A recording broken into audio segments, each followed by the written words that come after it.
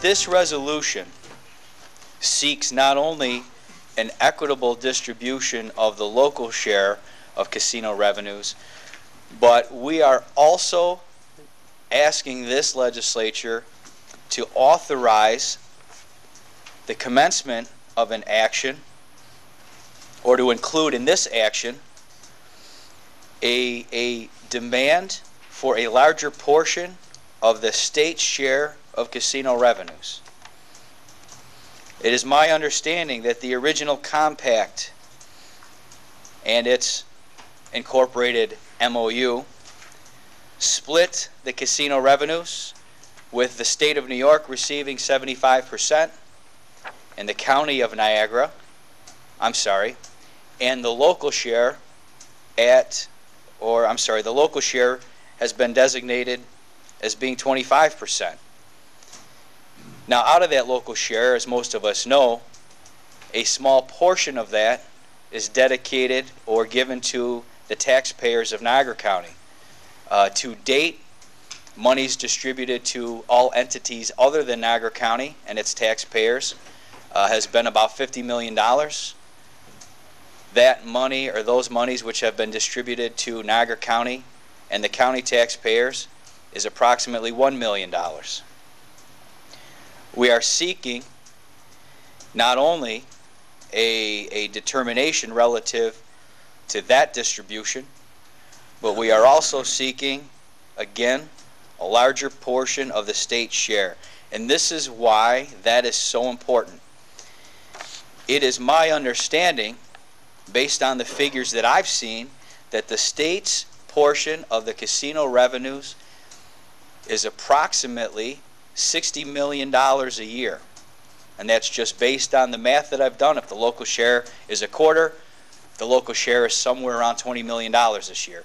It's my understanding that since the inception of this agreement, the state of New York has taken approximately $200 million in casino revenues.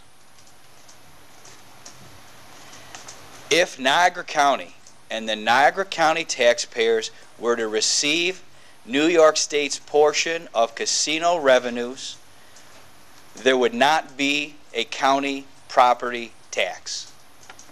The amount of money that New York State is taking pursuant to this compact is enough money to eliminate the county property tax burden in Niagara County.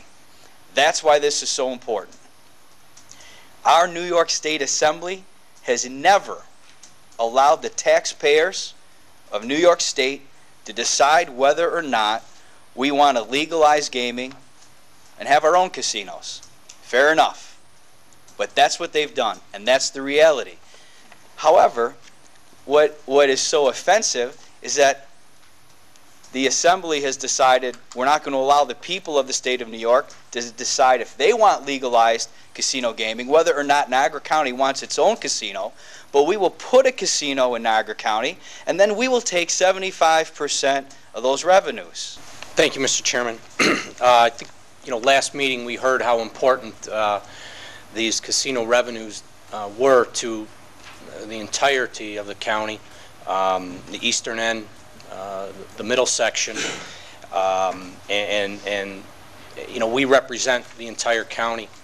And I think that if we didn't take some type of action, we would be remiss in our duties to fight for our constituencies. And it's just a shame that it's come down to this. So much so that there was a recent editorial in the paper, and it just kind of highlights what we've really succumbed to. And it goes like this: make no mistake, DelMonte's, Assemblywoman DelMonte's crusade to strip the county of the pittance it receives in casino cash is not motivated by any concern for the city of Niagara Falls. Hers is a battle launched in a fit against a political enemy.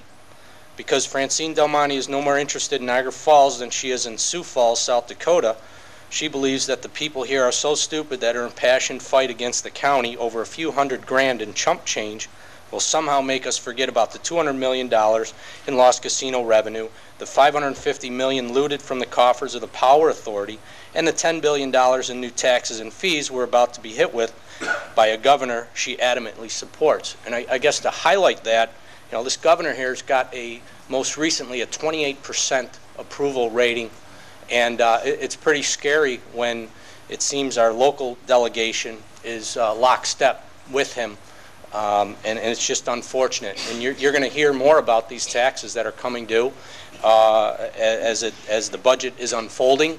I believe that a key vote in the Senate, Antoine Thompson cast to increase the utility tax, say goodbye to our STAR exemption, our STAR rebate, and there's a whole other host of increased taxes that unfortunately we're going to share the burden.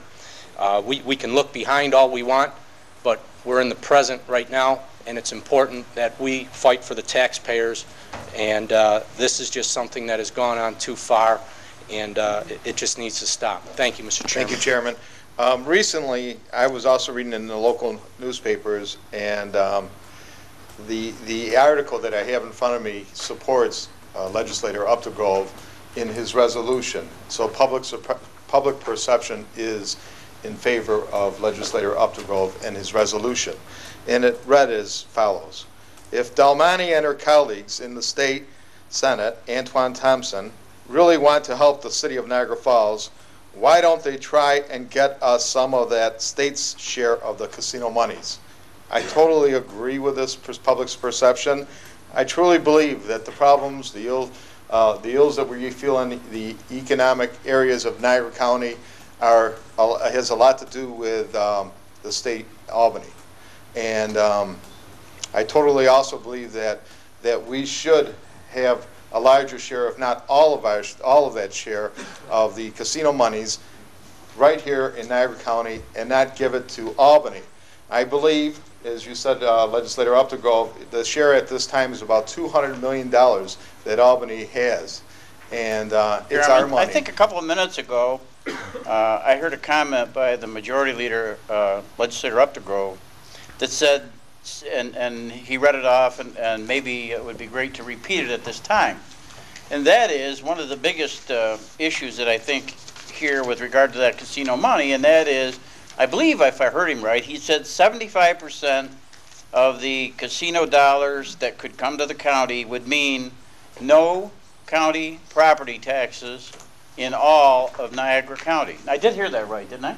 That's my understanding. If we in Niagara County could ever promise that to the world, people and business would flock here like never before. It would be a bigger attraction probably to Niagara County and Niagara Falls than the falls itself. I think one only needs to recall maybe 15 or 20 years ago now that Houston, Texas was in dire straits. They offered tax-free incentives for people to come there, businesses to come there, locate for 10 years at no tax, and after 10 years they became a paying member of the community. I think that a similar initiative here might produce those same results here in Niagara County if we were able to gather up that 75%. In my opinion, that would be a great way to use casino money for immediate economic development.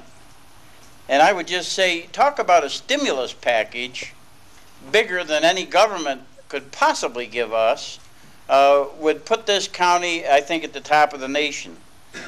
One only has to remember 75% equals no county property taxes whatsoever.